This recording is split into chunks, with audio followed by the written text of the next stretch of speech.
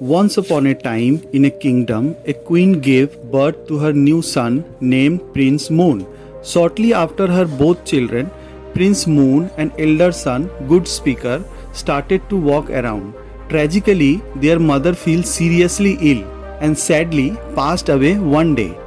To help take care of his playful children, the king decided to marry another queen, who later gave birth to a beautiful and radiant baby boy named Prince Sun.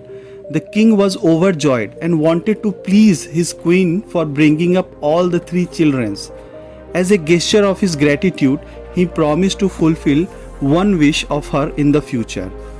One day, when the king was in a good mood, the queen approached him respectfully and reminded him of a promised wish. The king, keeping his word, eagerly told her to ask for anything she desired. The queen requested, "My dear husband and king, grant that after your life, our son, Prince Sun, should become the next king." The king was taken aback by this request and grew angry. He argued that his first son and two children were like bright stars, and he couldn't giving the kingdom to his third son. He feared that people would blame him, which left him feeling upset and doubtful. The queen remained silent. Despite the happiness he had once felt, the king now found himself equally unhappy and filled with apprehension.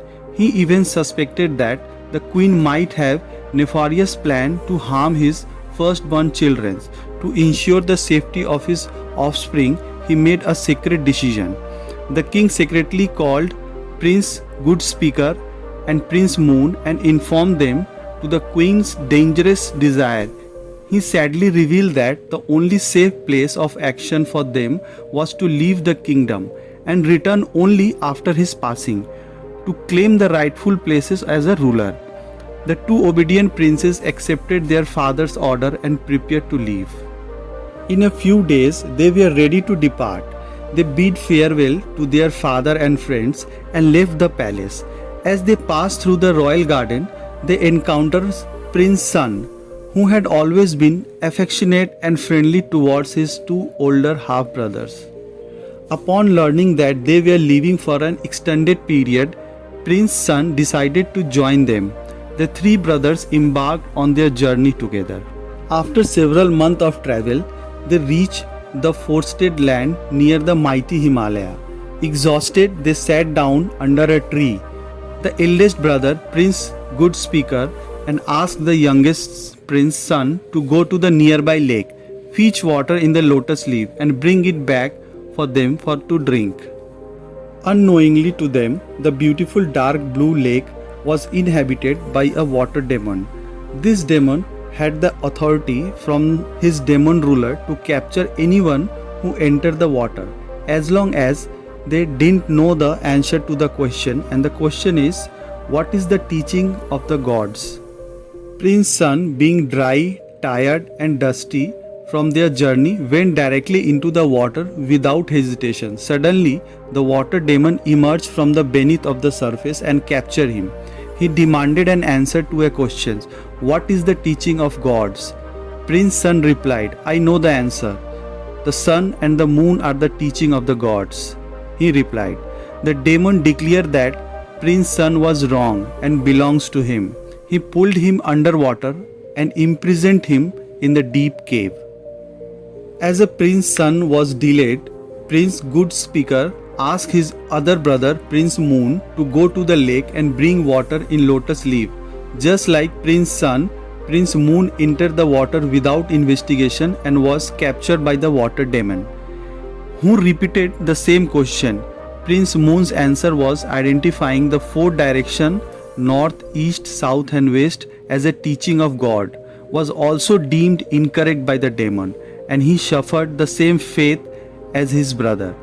When both brothers failed to return, Prince Good Speaker grew worried about their safety.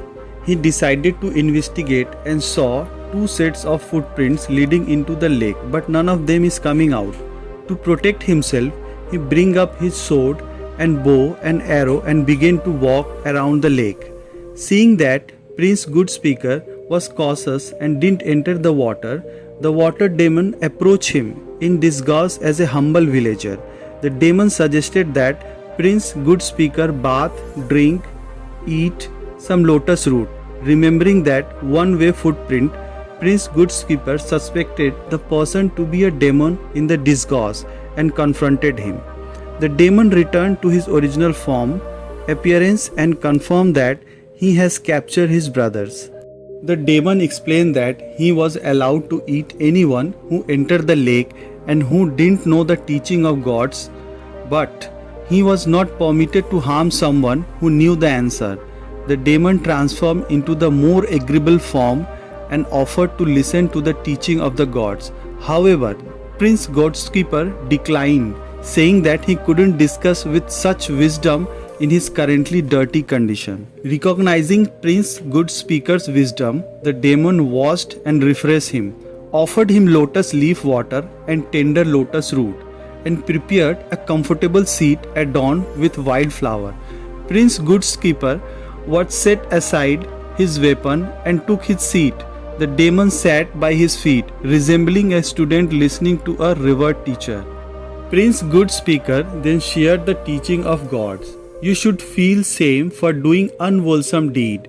Be afraid of doing them and always strive to do good deed that bring happiness to others and help mankind. By doing so, you will radiate inner peace and calm. The water demon was delighted with the answer and offered to release one of the captured brother. Prince Good Speaker chose Prince's son. However, the demon argued that this decision was unfair because Prince Good Speaker should have chosen the older brother. The wise prince explained that they were protecting Prince's son because he was the reason that they had come to the forest. He further explained that returning to the court without Prince's son and claiming that he has been devoured by a water demon who sought knowledge for God's teaching would bring shame and unhappiness to the kingdom. Hence, Prince's son should be released.